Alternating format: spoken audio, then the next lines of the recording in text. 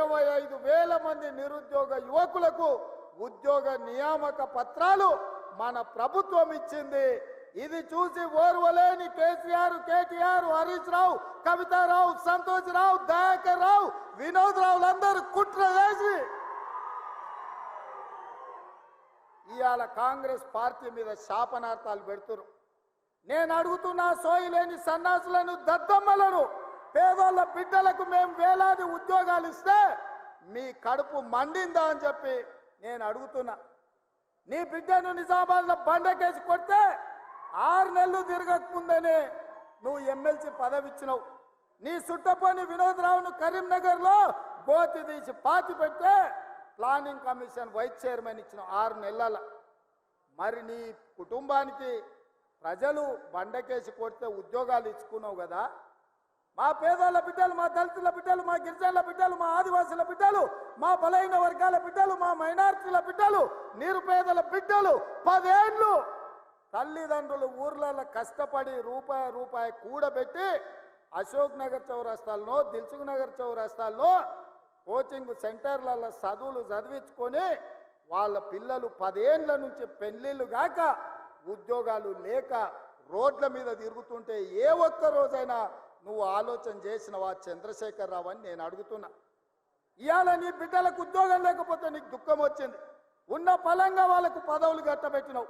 మరి 10 ఏళ్ళు పెళ్లిళ్ళు కాకుండా ఉద్యోగాలు లేకుండా పేదోళ్ళ బిడ్డలు రోడ్ల మీద వీధులు ఎంబడి నిరుద్యోగులుగా తిరుగుతూ చెట్లకు ఉరేసుకొని చచ్చిపోతుంటే నువ్వు మనిషివా, మానవ రూపంలో ఉన్న మృగానివా కేసీఆర్? నువ్వు ఏ ఒక్క రోజైనా ఆ పేదోళ్ళ బిడ్డల గురించి ఆలోచన చేసినవా? కానీ మేము మా ఇందిరమ్మ రాజ్యంలో అధికారంలోకి వచ్చిన వెంటనే నిరుద్యోగ యువకులకు కావాల్సిన 25,000 ఉద్యోగాలు ఇవాళ మేము నియామక పత్రాలు అందించినాం. మార్చి 2 నాడు మళ్ళొక 6,000 ఉద్యోగాలు ఇవ్వబోతున్నాం. గ్రూప్ 1 పరీక్షల్ని నోటిఫికేషన్ ఇచ్చినాం. తొందరలోనే మెగా డిఎస్సి నోటిఫికేషన్ ఇచ్చి గ్రామాలలో, తండాలలో, గూడాలలో పేదోళ్ళ పిల్లలకు చదువులు చెప్పించడానికి పంతుల్లో నియామకం చేపట్టే బాధ్యత మా ప్రభుత్వం తీసుకుంటుందని ఈ చేవెళ్ళ గడ్డ మీద నుంచి నేను చెప్తున్నా. ఇవాళ నువ్వు ఉన్నప్పుడు పరీక్ష పత్రాలు జిరాక్స్ సెంటర్లలో పల్లి బఠానీల్లాక అరాజు పెట్టి అమ్ముతుంటే సిగ్గులేనోడా? ఏ ఒక్క రోజైనా దద్దమ్మల్లో ఆ దొంగల్ని అరెస్టు చేసినవా? మేము వచ్చినాక బొక్కలేసినాం ఎవడైనా అట్లా చేస్తా అంటే.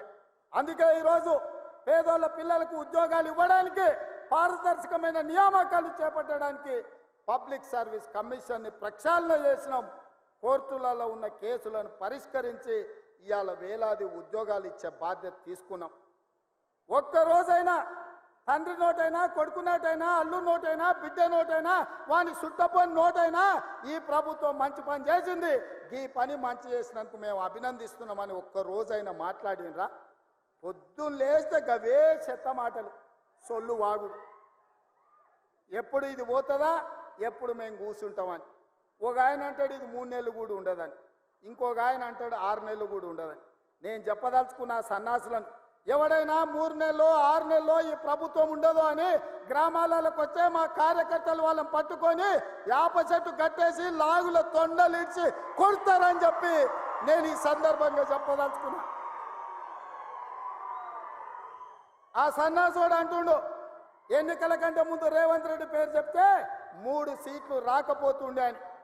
నేను ఇవాళ ఈ వేదిక మీద నుంచి ఆ సొల్లు వాగుడు వాగే కేటీఆర్కి నేను సవాలు విసురుతున్నా. బిడ్డ, ఇవాళ నేనే ముఖ్యమంత్రి, నేనే పిసిసి ప్రెసిడెంట్ను. రేపు రాబోయే పార్లమెంట్ ఎన్నికల్లో నేను సవాలు విసురుతున్నా. నీ చేతనైతే దమ్ముంటే, నువ్వు మొగోడు అయితే ఈ తెలంగాణ రాష్ట్రంలో బిడ్డ ఒక్క సీటు గెలిచి చూపించు. నీ అయ్యా నువ్వు వస్తావో, నీ అయ్య వస్తాడో మా కార్యకర్తలు చూసుకుంటారు. బిడ్డ, నువ్వు అనుకుంటున్నావా అల్లా టప్పగాడని? అల్లా టప్పగాలం కాదు, అవులగాళ్ళలాక అయ్య పేరు చెప్పుకొని కుర్చీలో కూర్చోలేదు సన్నాసోడా. కింది నుంచి కార్యకర్తగా కష్టపడి జెండాలు మోసి లాఠీ దెబ్బలు విని నీ అక్రమ కేసులు ఎదుర్కొని చెర్లపల్లి చెంచల్గూడ జైల్లో మగ్గినా భయపడకుండా లొంగిపోకుండా నిటారుగా నిలబడి నిన్ను నీ అయ్యను నీ బావను బొందబెట్టి ఇవాళ కుర్చీలో కూసున్నాం.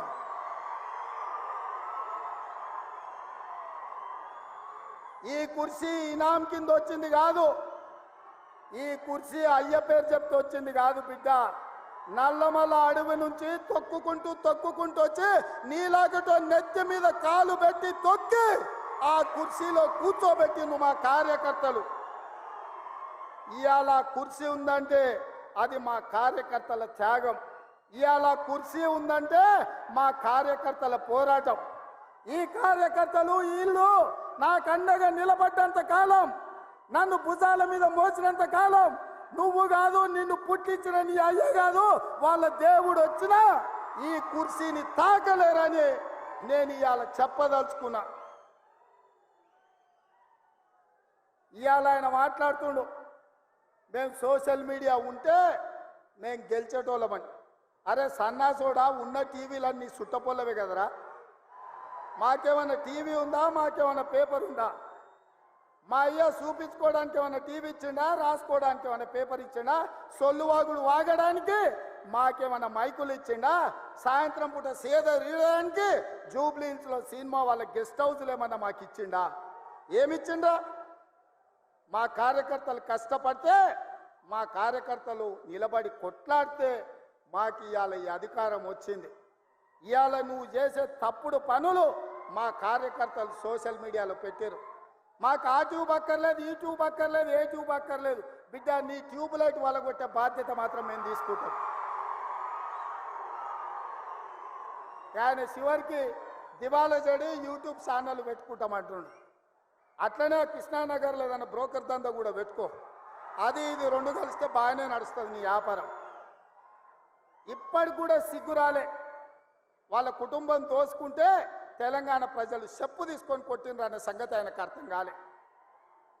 10 ఏళ్ళు అడవి పందుల్లాక చెరుకు తోట మీద పడి అడవి పందులు తిన్నట్టు మా వికారాబాద్ పరిగి తాండూరు ప్రాంతంలో పల్లి చేను వేసుకుంటే అడవి పందులు రాత్రిపూట చేను మీద పడితే ఆ పంట కాపాడుకోనికి మా రైతులు కరెంటు తీగలు పెట్టి కాపాడుకుంటారు.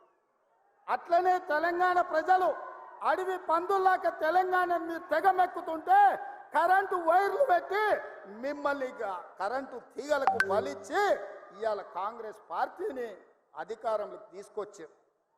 అందుకే మిత్రులారా, ఇవాళ నేను ఒక్క మాట చెప్పదలుచుకున్నా. సోనియమ్మ మాట ఇచ్చిందంటే అది శిలా శాసనం. సోనియమ్మ గారు ఏదైతే మాట ఇస్తే అది శిలా శాసనం. ఆ శిలా శాసనాన్ని అమలు చేయడానికి మా ఊపిరి పోయినా మా రక్తం దారబోసైనా అమలు చేసే బాధ్యత నా మంత్రివర్గం, నా మిత్రులందరూ కలిసి తీసుకుంటాం. ఇవాళ ఇచ్చిన మాట నిలబెట్టుకోవడానికి కాంగ్రెస్ పార్టీ సిద్ధంగా ఉంది.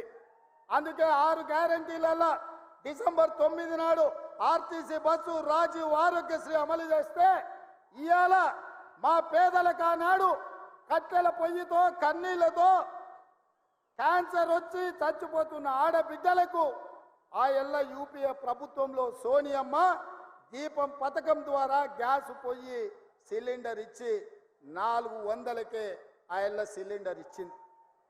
కానీ నరేంద్ర మోడీ అధికారంలోకి వచ్చి, కేసీఆర్ అధికారంలోకి వచ్చిన తర్వాత 400 రూపాయల సిలిండర్ 1200 రూపాయలు చేసి మా పేద ఆడబిడ్డలను దోసుకుంటుంటే సోనియమ్మ రంగారెడ్డి జిల్లాలో తుక్కుగూడలో మాట ఇచ్చింది. అధికారంలోకి వచ్చిన వెంబడే మా వాళ్ళకు ఆదేశాలు ఇస్తున్నా 500కే సిలిండర్ ఇస్తామని సోనియమ్మ మాట ఇచ్చింది.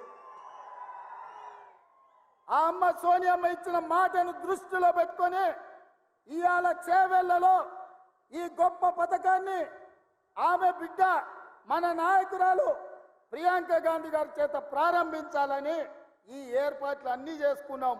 మిమ్మల్ని అందరినీ ఆహ్వానించినాం. కానీ మహబూబ్ నగర్ జిల్లాలో శాసన మండలి ఎన్నికలుండి ఎన్నికల కోడ్ వచ్చి ఆ కార్యక్రమాన్ని చేవెళ్ళ ఈ వేదిక మీద చేసుకోలేక సచివాలయంలోనే ఈరోజు 500 రూపాయలకు సిలిండర్ ఇచ్చే కార్యక్రమం